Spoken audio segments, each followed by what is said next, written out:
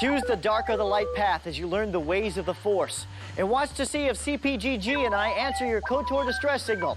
Only on the Star Wars Knights of the Old Republic edition of Cheat.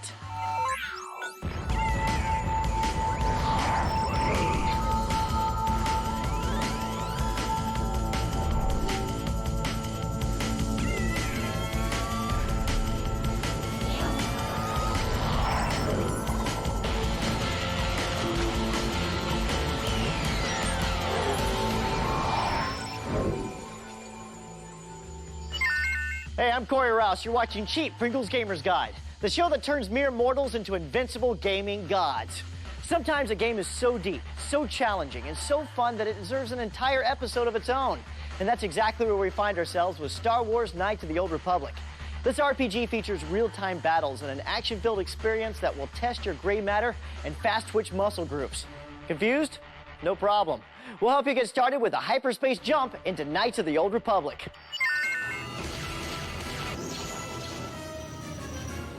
Star Wars Knights of the Old Republic is a galactic role-playing game, or RPG, set 4,000 years before Episode 1.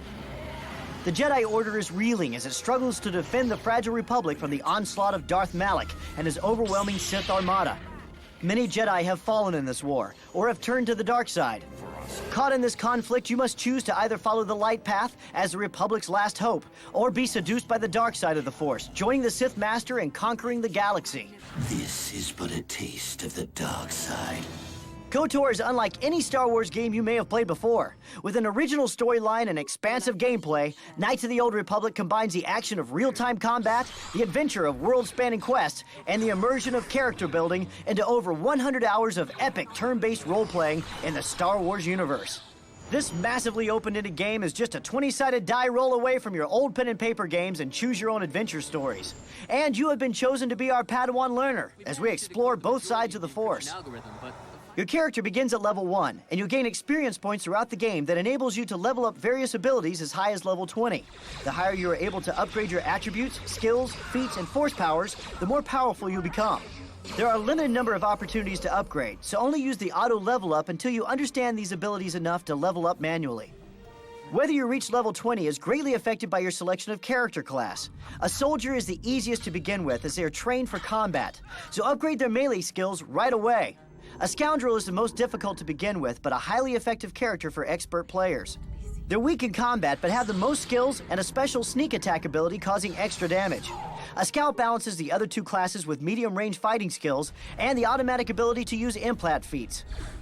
Once you begin your adventure, you'll start gaining experience points to level up your attributes, skills, feats, and eventually force powers when you become a Jedi. Attribute levels have a direct effect on your skills and combat feats. Although depending on your class, only certain attributes are worth upgrading to have any real value to your character. Skills are usually non-combat abilities such as compute use. There are 3 types of feats: passive combat, active combat, and skill feats. Passive feats give you greater abilities with armor and weapons. Combat feats are special attacks used in the heat of battle. Skill feats enhance your character with a bonus to their non-combat skills. These are only the basics of KOTOR, young Padawan. Maintain your focus, as we'll soon enlist the expert instruction of the game's creators at LucasArts and BioWare to get your gameplay off and running on the path to becoming a Jedi Knight. All right, should be good. So now you know the game takes place 4,000 years before the first Star Wars movie, and that the Sith and Republic are engaged in a war for the ages. A KOTOR Padawan must be patient. Before you embark on your journey down either the light or the dark path, you must first learn the ways of being an adventurer in the Old Republic.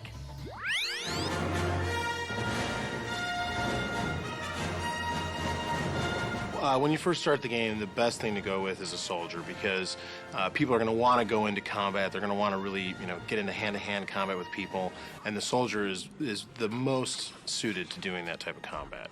So he's really the best character to start with.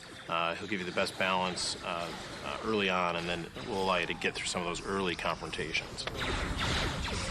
I think the first thing I learned was I went as a soldier. I think it's better for play the beginner. Just when you get into combat, you can take a lot more hits. So leveling up your characters is obviously important. You want to do that as often as you can. There may be some points where you don't want to do that immediately, and that could be a strategy for some more advanced gamers. Characters that aren't in your party and are back on the Ebon Hawk, they still gain experience points. So when you bring them back in your party, you'll have to level them up right when they come back in, even if you haven't used them for 4 hours or whatever in the game. So you'll still be able to advance them up to the level where you're at, because it's kind of a balance thing. We had to make sure that everyone was useful, and if you only stuck with a couple people but then you needed to bring someone else in and we didn't level them up, it would make them completely useless. So we want to make sure that you could use those party members whenever you wanted or needed to later in the game, even if you hadn't used them earlier. I switched party members because I always wanted, I like to try a few of the different kinds. Some people had their favorites, and I think the majority of people usually kept the same 2 people. A lot of people like the Jedis. I used to have Karth a lot because I like the double blasters. I even tried T3M4 a lot. He was good with the flamethrower and the stun droids. He was good with the flamethrower just because, it did quite a bit of damage lighting people on fire. So I would switch off quite often, but probably about halfway through, I'd have my 3 or 4 favorites that I would always go back and use. You can set up some scripts for the AI to maybe have them throw grenades more often or just do general combat. I was also very active with using my queue, so I would go in and be very diligent about setting up my queue for each one of my characters, unless I knew it was a really easy battle. But if I was in a combat that I knew was going to be more difficult, I would make sure I pause it every time. I wound up buying a ton of med packs and a ton of stim packs to make sure that I could, I would use a combat move and I would use a med pack and then I would use a combat move. So I almost was alternating that at some points in the game when I knew it was going to be a really tough battle. I always reset the queue as fast as possible. The AI is good, but you can always do a better job of it. Sometimes I'd have a guy, maybe Karth or whoever, lobbing grenades in from a distance. Be careful with those in case you hit your own guys too many times. But I was playing around with the mines quite a bit too. They were really powerful. Like to set them down, you could take out some of the bigger creatures pretty easily. So. It looks like you're well on your way to becoming a Jedi Knight. We need to take a break here, but when we come back, we'll show you what life is like on both the light and the dark side of the Force. And later, we'll show you how to make some easy money in the game. That's all coming up right here on Cheat.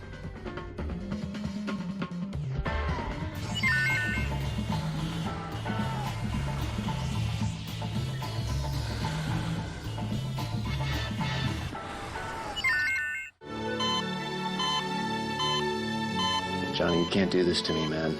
Who am I gonna play Counter-Strike with, huh? I can't take the bridge without you. You don't need me, man. I've been running on your fumes for years. Take my memory card. Watch out for level 3. Johnny, no! G4!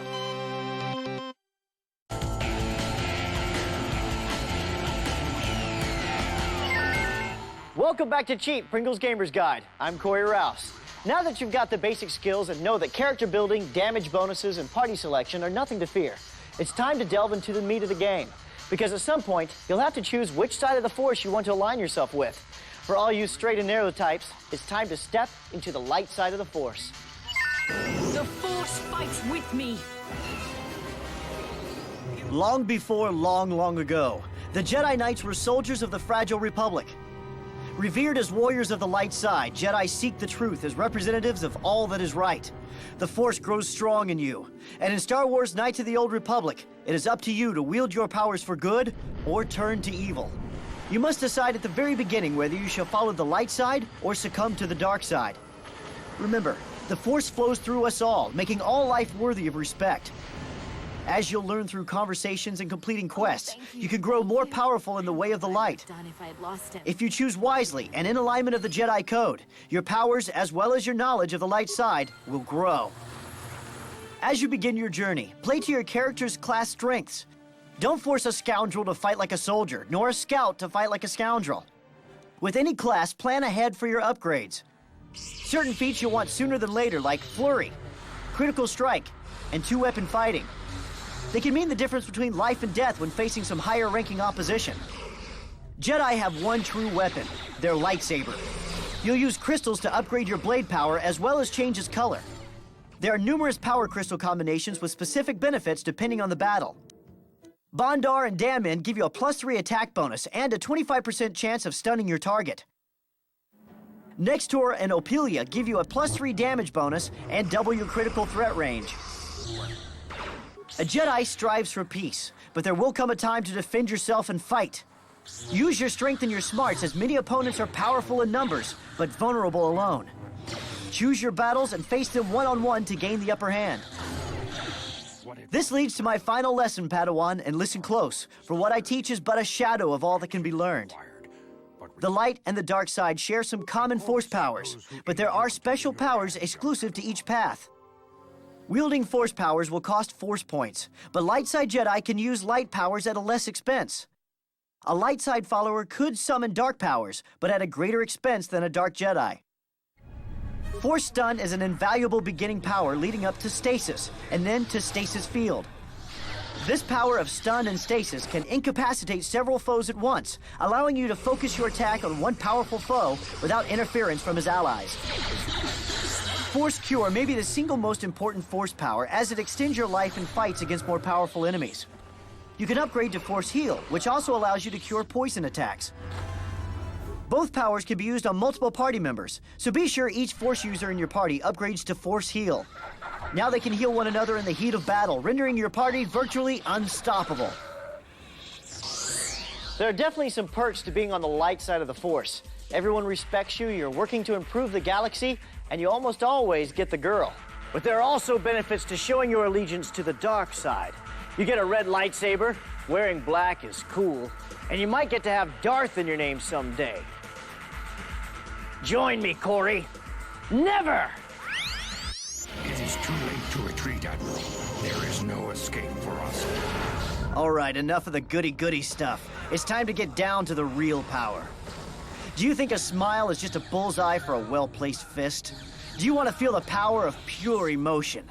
If so, then the dark side is calling you. But there's no easy path to becoming a master. You must find your own way, and my mission is to aid you in fulfilling your destiny to rule the galaxy. From the moment your quest begins, you must act like a true disciple of the Sith. I think you must have cheated a little, but there's nothing wrong with a Sith cheating a little. Every action must be to the benefit of the one person you can depend on, you. By striking fear into the fearful, dominating the weak, and fulfilling your every whim, you'll earn dark side points. The more points you possess, the closer you are to becoming a master and making more powers available to you. Much like the universe, your choices in battle may seem endless to your weak mind, but I can help you become more powerful than you can possibly imagine. Even for Dark Jedi, you must know your place. If you're a scoundrel, act like a scoundrel, and so on for your class. Nothing gives you away as an apprentice quicker than sending a scoundrel into a melee attack, or having a soldier stand on the outskirts of a fight. Play to your character's strengths, and your foes will fall quickly as you isolate and dominate. The power of Force Shock is a must-have for any follower of the dark side. This attack is somewhat mild, but you can soon upgrade to Force Lightning. Now you can feel a taste of true power as lightning rips from your fingers into the bodies surrounding you. This is only a prelude to the most powerful force power in the game, Force Storm.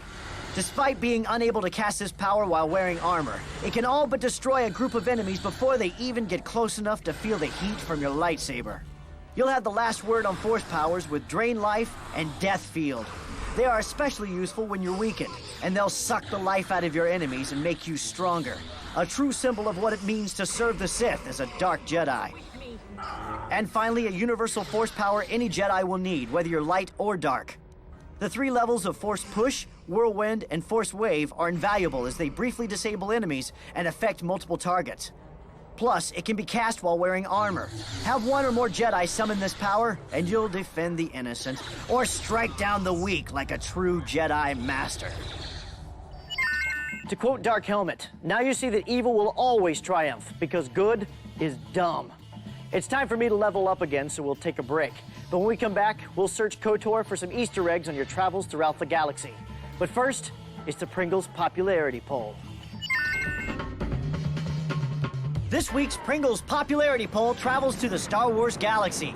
Gamers have hopped in their pod racers to g4tv.com/cheat to cast their votes for their favorite Star Wars codes. There's Star Wars Bounty Hunter with mission and chapter codes.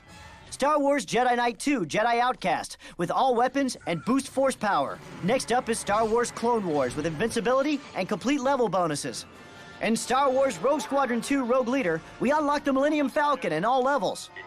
For Star Wars Racer's Revenge, you can unlock Top Speed mode. And last but not least is Star Wars Jedi Starfighter with God mode and the Z-95 Headhunter ship. The games and codes that don't pop with gamers can't make the jump to light speed, but this week's game of popularity is Star Wars Jedi Knight 2 Jedi Outcast. To cheat your way through the game, hold the Shift and tilde keys on your keyboard to open up the command console. Then type in Help Us Obi-Wan to enable cheat codes. For a list of all the cheat codes, check out the Cheat Sheet Master Database.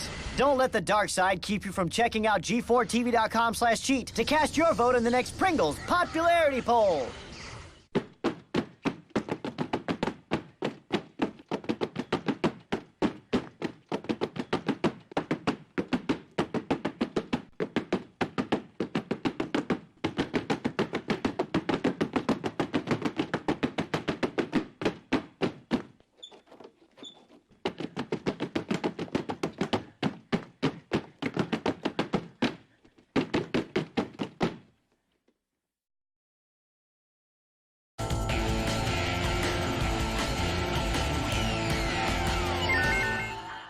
I'm Coy Rouse, and I level up faster thanks to cheating.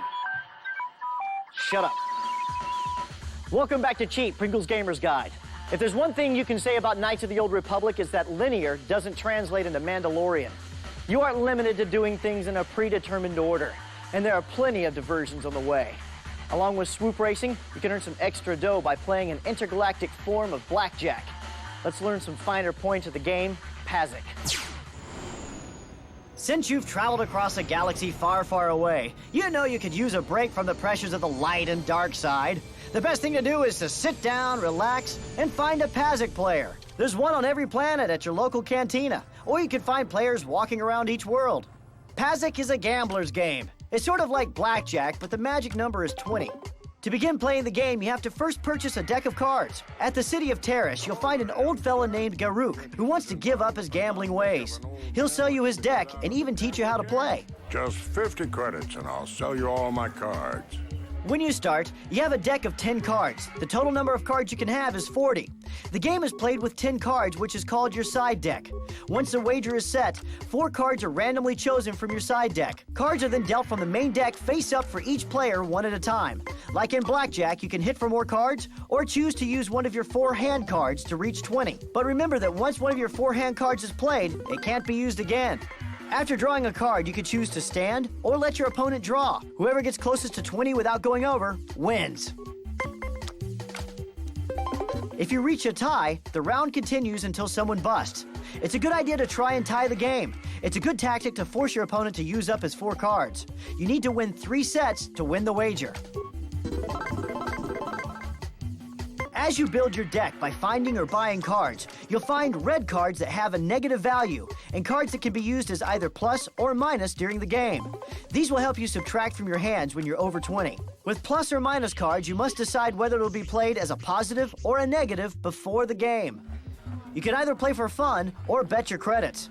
On Terrace, you'll find a man named Niklos who's always looking for a game. He's a real hustler. His cards just get stronger with every game. I'm going to enjoy relieving you of your credits almost as much as I'm going to enjoy humiliating you. If you want to just practice, visit Mission on the Ebon Hawk. Want to practice your skills, eh? Sure, I'll play a few hands. She won't play for credits, but it's a good place to improve your hand. Be sure to visit Shady Rodian on Manon at Otto East Central. He has an extensive Pazik collection, and you'll be able to buy and trade cards with him to improve your deck. While still on Manon, you can play against a real pro named Jolan Affet. He's a traveling Pazik player looking for a challenge. He's in Otto West and wagers a maximum of 200 credits a game. Pazik is a game that is often overlooked in KOTOR, but if you take the time to play, you can win some easy credits again and again. Now that you've earned a few extra bucks in KOTOR, let's take a look at some of the hidden Easter eggs and secret stuff you'll want to find on your non-linear way. Plus, we'll show you how to avoid losing your party members in space. Remember, whether you're good or evil, you're a Jedi with a lightsaber. It's up to you to save the galaxy or fall to the dark side as you master the powers of the Force. On your journey, you'll find some Easter eggs if you take the time to look around. When you start a game, you can give your characters a special name based on a character from the Homestar Runner web cartoons. Go to the name menu and press the Y button to generate random names. Keep pressing Y until you come across Homestar. But be patient, it may take a while, and remember, Homestar is .com. To get ahead on the dark side, we've got a little tip to help you rack up some infinite dark side points. When you're on the Ebon Hawk, after leaving Tatooine, find a young girl named Sasha. When you talk to her, tell her to leave the ship. This will give you a dark side point. But before she leaves, keep talking to her and tell her to get off the ship again and again. Each time you tell her to leave, you'll attain another dark side point. As you advance in level, you want to keep your persuade skill up at the same pace. By leaving it at a static level, it won't be useful later in the game when the power of persuasion is needed. If your awareness skill is low, you can still avoid landmines. All you have to do is look for the small telltale metal pins sticking out of the ground. While on Terrace, don your Sith uniform and walk around Upper Terrace. When you talk to various civilians, you'll find that they're rather afraid and intimidated by you just by your presence. The dark side strikes again with fear. We've got an interesting evil tip for when you're traveling through Tatooine. Once you defended the Sandcrawlers against the Sand People, you could turn around and wipe out the miners. Just equip yourself with a Sand Person's outfit. The miners will attack you on sight, thus allowing you to take them down instead. Don't worry about that evil feeling deep down inside. But if being on the dark side makes you feel guilty, you can turn back towards the side of good. We've got some tips to heal yourself and those in your party. Whenever you jump back to the Ebon Hawk, you'll remove any negative effects and heal your entire party. To heal yourself in battle and to get the most out of your med packs and force powers, it's a good idea to use Force Valor, Night Valor, or Master Valor before or after battle. During a tough fight in which you've leveled up, it's a good idea to wait until you're badly injured. Leveling up in this injured state, you'll heal your vitality and force points to full. You can even talk with the animals. Most of the animals and beasts in the game will do something interesting when you click on them. Aw, he's cute. When you're a scoundrel or a guardian, you can use some interesting tactics in the game. As a scoundrel, you'll have sneak attack ability that causes more damage when you attack from behind. It does take some time, though, to get into the right place behind an enemy. As a guardian, you have force jump ability. You can quickly get into combat range and hit your enemy before he turns around. For a recap of these tips to help in your battle of good or evil, light side and dark side, just board the Ebon Hawk and hyperdrive over to the Cheat Sheet Master database at g4tv.com/cheat. So there you have it, the light and the dark of Star Wars Knights of the Old Republic. Remember, if you've got any questions, requests, send us an email to cheat@g4tv.com or visit our Cheat Sheet Master database at g4tv.com/cheat. All right, that's it for today's episode. I'm Corey Rouse saying, remember, if life's got you down, use the Force and keep kicking butt. We'll see you next time on Cheat.